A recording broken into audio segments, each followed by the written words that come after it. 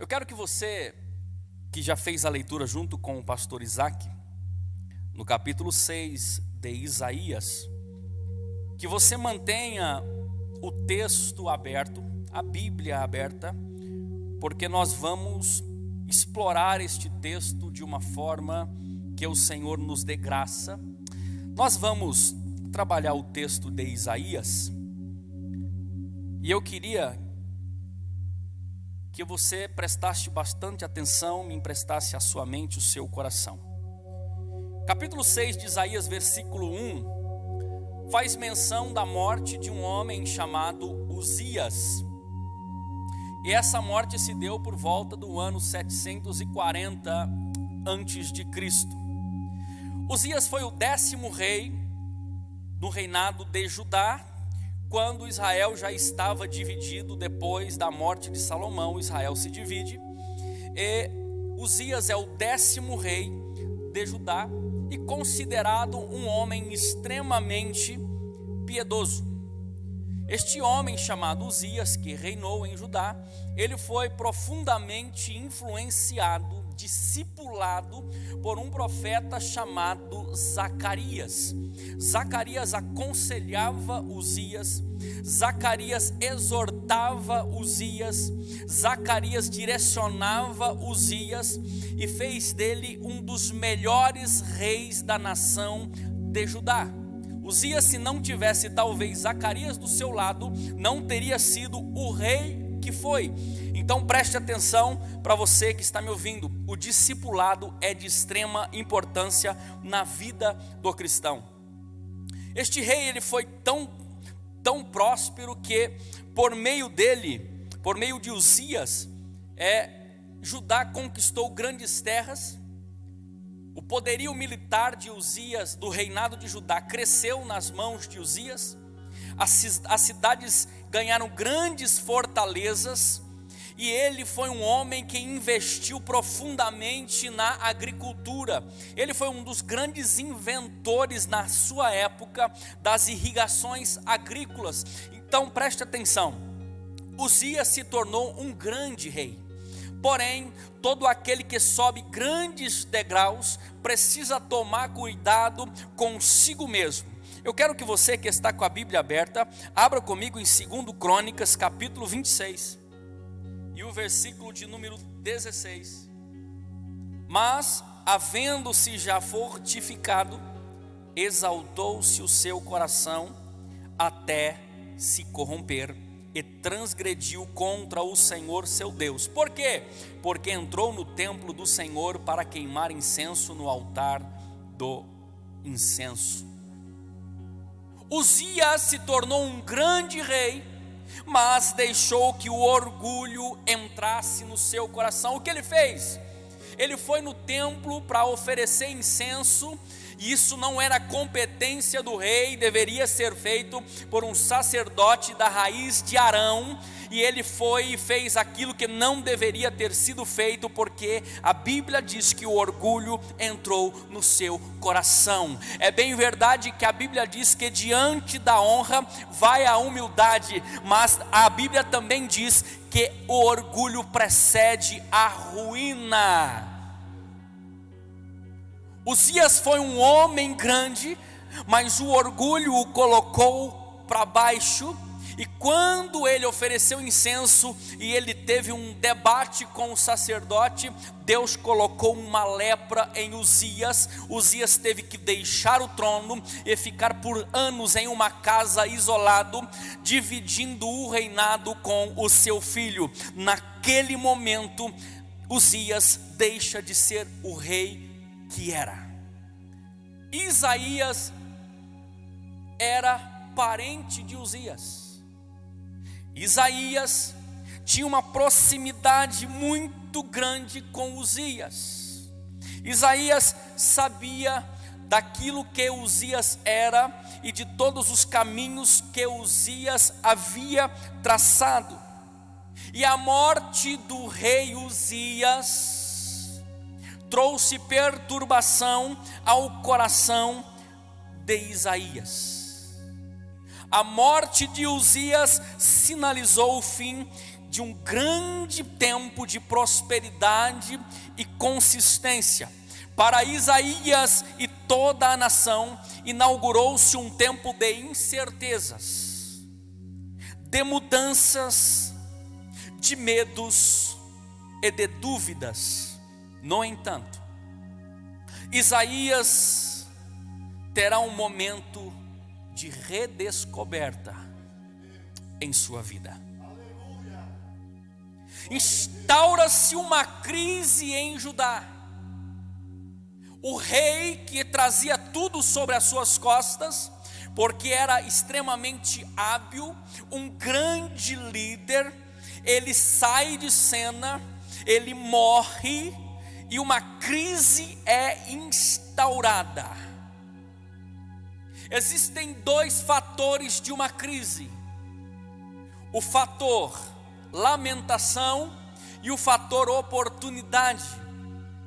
Cada um de nós tem a escolha nas mãos: eu vou lamentar a crise ou eu vou aproveitar a crise para crescer, para mudar, para me transformar.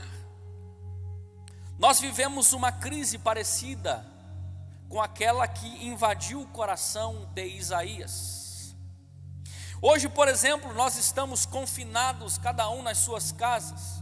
Você está me ouvindo provavelmente no conforto do seu lar, porque nós estamos sendo obrigados a um isolamento social. Nós estamos vivenciando isso de uma forma muito dolorosa. Mas eu tenho algo para te dizer: em tudo Deus tem um propósito. Nós bem sabemos quais são os malefícios do isolamento social. Trarei alguns números e vou entrar já no texto, eu estou na introdução. O isolamento social é como se fosse uma desconexão social. Alguns especialistas dizem que aquele que está num isolamento social, ele equivale à sua depreciação de vida, ele perde a expectativa de vida, como aquele que fuma 15 cigarros por dia. Isso por conta do isolamento social. Sabe-se por pesquisas que o isolamento social está completamente ligado a infartos, a ansiedade, a suicídios, a depressão e a vícios. E nós estamos vivendo um momento de isolamento social. E aí eu faço a pergunta: o que nós precisamos fazer em tempos de crise? O que nós precisamos fazer em tempos de crise? Deus vai nos ensinar por meio do texto que o pastor Isaac já leu, que nós vamos explorar. A pergunta da mensagem é: o que precisamos fazer em tempos de crise? Primeiro, nós precisamos ver o que Isaías viu. Versículo 1 do capítulo 6 de Isaías, acompanhe comigo.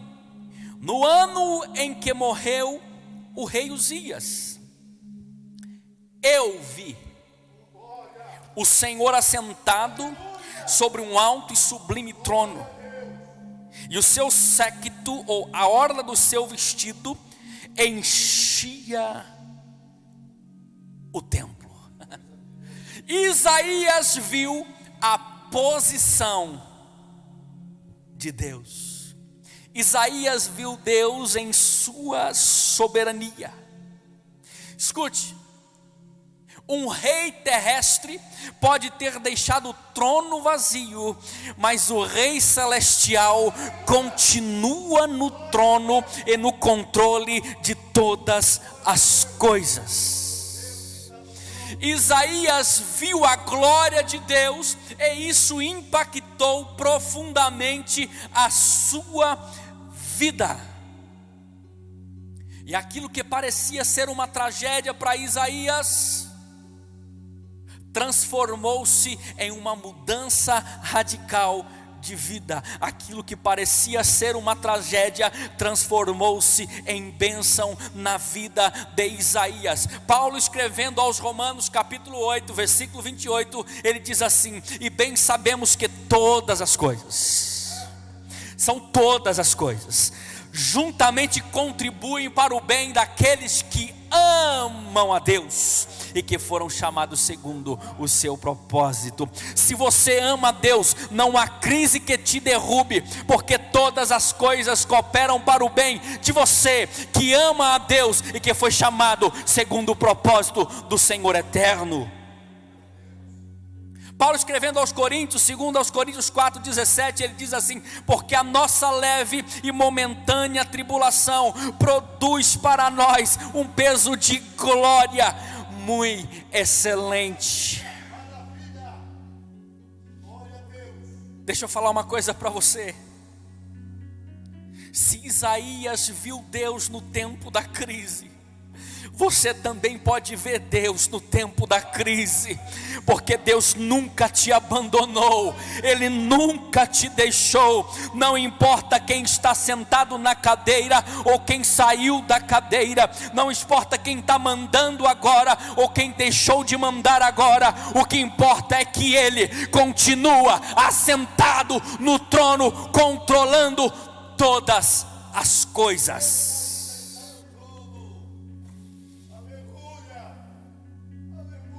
Jesus disse para os discípulos: entrem no barco, nós vamos para o outro lado do rio, ou para o outro lado do mar. E a Bíblia diz que Jesus estava no barco e foi para a popa, e dormiu na popa. E no meio da viagem, grande tempestade assolava o barco aonde eles estavam. Mas Jesus estava na popa, dormindo. Deixa eu te falar uma coisa. Você sabe o que é que fica na popa de um barco? O leme que controla ele. Não é porque Jesus está em silêncio que Ele não está controlando tudo. Jesus está no controle da tua vida. E assim como Isaías no tempo da crise conseguiu ver o Deus assentado no trono, eu posso te garantir, o nosso Senhor continua assentado no trono, controlando todas as coisas da nossa vida e da nossa existência. Em tempos de crise precisamos ver o que Isaías viu. Isaías viu a posição de Deus. Comigo agora, versículos 2 e 3. Os serafins estavam acima dele. Cada um tinha 6 asas, com 2 cobriam o rosto, e com 2 cobriam os pés, e com 2 voavam. E clamavam uns para os outros, dizendo: Santo, Santo, Santo é o Senhor dos exércitos, toda a terra está cheia da sua glória. Isaías viu o caráter santo de Deus. Escute, os serafins são seres santos, sem pecados, mas mesmo diante de um ser que é o nosso Deus, eles ainda tinham que clamar: Santo, Santo, Santo é o Senhor dos exércitos. A Bíblia diz que eles tinham 6 asas cada um, e com as 6 asas eles faziam isso. Com 2 eles cobriam o rosto, com 2 eles cobriam os pés, e com 2 eles voavam. As mãos, as asas que cobriam o rosto e os pés simbolizam reverência. As asas que faziam com que eles voassem simbolizam serviço. E eu vejo isso na casa dos amigos de Jesus. Marta e Maria são irmãs. Jesus está na casa de Lázaro, de Marta e de Maria.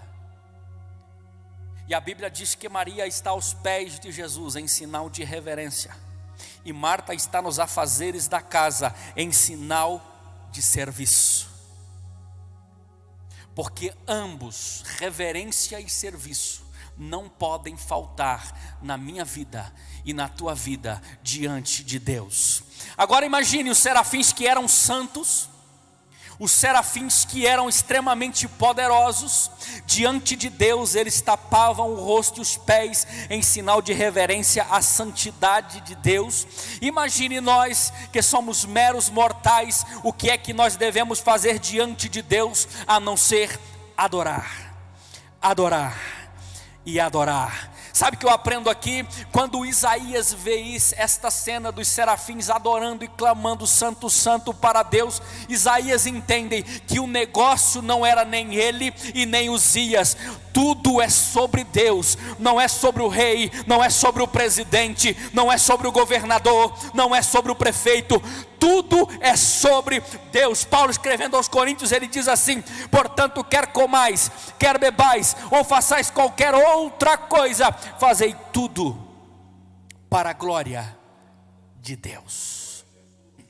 Em tempos de crise nós devemos ver o que Isaías viu. Isaías viu a posição de Deus, Isaías viu o caráter santo de Deus. No tempo de crise nós precisamos ver o que Isaías viu. Isaías viu a presença de Deus. Versículo 4 do capítulo 6 diz assim: e os umbrais das portas se moveram com a voz do que clamava, e a casa se encheu da sua fumaça, ou da sua Shekinah, que simboliza a sua presença. Se você voltar em um versículo lá em cima, no primeiro, você vai ver que a orla ou séquito enchia o templo, e este encher o templo está no versículo 4, encheu de fumaça da sua presença.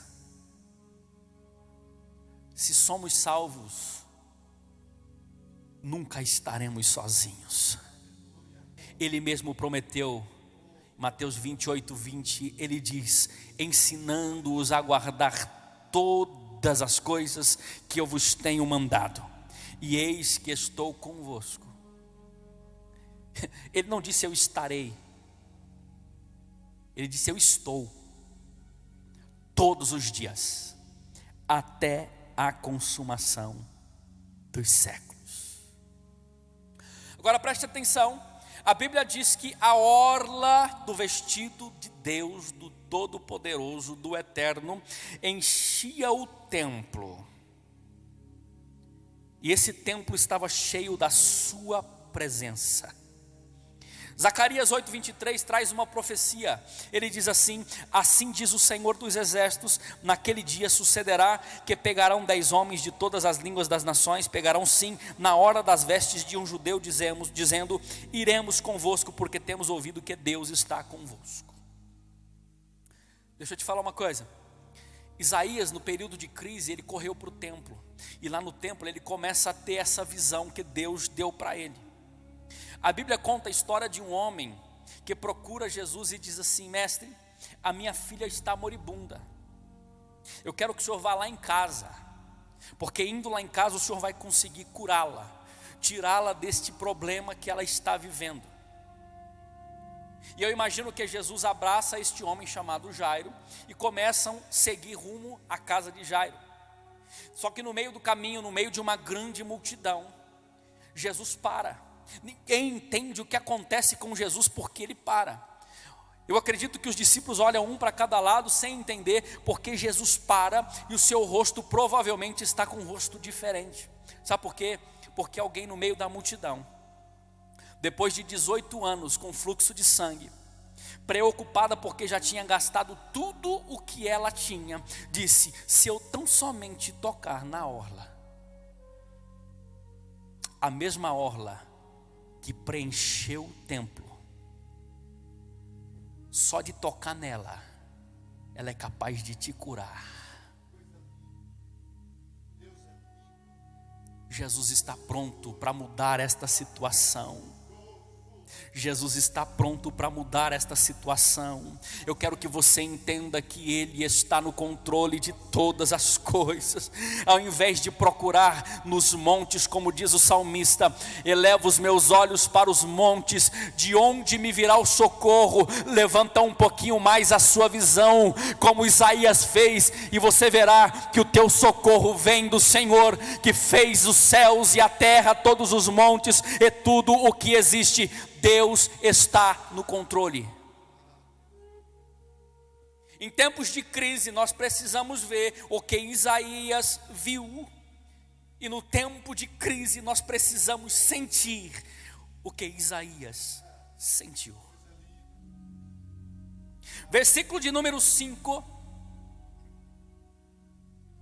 Então disse eu: ai de mim, que vou perecendo, porque eu sou um homem de lábios impuros, e habito no meio de um povo de impuros lábios, e os meus olhos viram o Rei, o Senhor dos exércitos.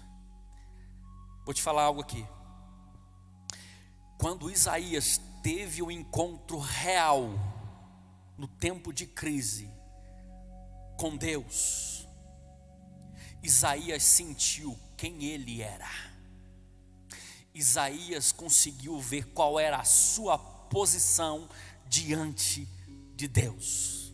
E aí, quando ele vê qual é a sua posição diante de Deus, o profeta Isaías, ele se coloca na posição em que ele deveria ter se colocado muito antes. Ele não diz ai do próximo, ele não diz ai do vizinho, ele diz ai de mim que eu vou perecendo. Porque Deus me falou algo aqui. Nós temos a tendência de fazermos comparações. A Bíblia também fala de um homem, de uma parábola do fariseu e do publicano, quando o fariseu sobe para orar, e aquele fariseu de peito estufado diz assim: eu não sou como os outros homens, roubadores, eu não pratico nenhuma iniquidade, eu sou sincero, eu sou fiel, eu sou honesto. E a Bíblia, por outro lado, fala do publicano, que já em prantos no chão, ele se entrega diante de Deus, e Jesus pergunta: qual dos dois saiu justificado? É claro que foi o publicano. Sabe por quê? Porque cada um deles se comparava com cada um dos outros homens. Comparar eu com outro homem é fácil. Uma vez eu disse e ensinei na igreja, quando eu pastoreei, que só existem dois níveis de santidade: a minha e a de Deus, a nossa e a de Deus. Se eu comparar a minha santidade com a tua, eu posso até achar uma falha na sua e uma perfeição na minha, mas quando eu comparo a minha santidade com a de Deus, aí não tem como. Você tem que se prostrar diante dele e reconhecer quem você é, quem você foi, e que se não depender dele, vai saber quem você será. Aprenda a colocar-se na sua posição diante de Deus. Em tempos de crise nós precisamos sentir o que Isaías sentiu. Isaías sentiu quem ele realmente era e o quanto ele precisava de Deus. Versículos 6 e 7 diz assim: mas um dos serafins voou para mim, trazendo na mão uma brasa viva que tirara do altar com uma tenaz, e com ela tocou a minha boca e disse: eis que isto tocou os teus lábios, e a tua iniquidade foi tirada e purificado o teu pecado. Isaías sentiu quem era, Deus sentiu arrependimento de Isaías, e agora Isaías sentiu que foi purificado. A Bíblia ensina que um serafim com uma tenaz pega uma brasa do altar de Deus e leva até a boca de Isaías para purificá-lo. A Bíblia diz que ele voou, ou seja, ele pegou a brasa do altar celestial. Existem 4 níveis de seres angelicais: anjo, mensageiro, Gabriel; arcanjo, aquele que protege Israel, Miguel; querubim, todos nós sabemos que um querubim foi lançado do céu, e a mais alta patente dos seres angelicais são os serafins. E os serafins são como se fossem fogos que ficam rodando. Você vê isso lá em Ezequiel. Aí eu te pergunto, por que um ser que já é de fogo precisa pegar uma tenaz para pegar uma brasa? Porque aquilo que Deus tem para você, nem o serafim pode tocar, é teu. Aquilo que vai sair do trono de Deus para a tua vida, ninguém pode tocar, é teu. Vamos transferir isso para nós cristãos. A salvação é individual. Se você estiver no sangue, você está salvo. Se você não estiver no sangue, você não está salvo. Isaías se aproximou de Deus, reconheceu quem ele era, e a Bíblia diz que os seus lábios foram purificados. Eu encerro no versículo 8, que diz assim: depois disso, ouvi a voz do Senhor que dizia: a quem enviarei? Quem há de ir por nós? Então disse eu: eis-me aqui, envia-me a mim. Do versículo 1 ao versículo 7, Deus não fala nada. A única voz que se ouve são dos serafins adorando. Deus só fala com Isaías depois que Isaías foi purificado, porque ele só vai comissionar depois de purificar. Ele só vai enviar depois de sarar. Deus está esperando o momento de falar. Deus está tratando não só com a humanidade ímpia, Deus está tratando com a igreja nesse tempo de crise. E é por isso que nós precisamos ver o que Isaías viu, sentir o que Isaías sentiu. E sabe o que eu aprendo? E agora eu vou para a conclusão. Que para a gente poder ver o que Isaías viu, para a gente poder sentir o que Isaías sentiu, Uzias tem que morrer.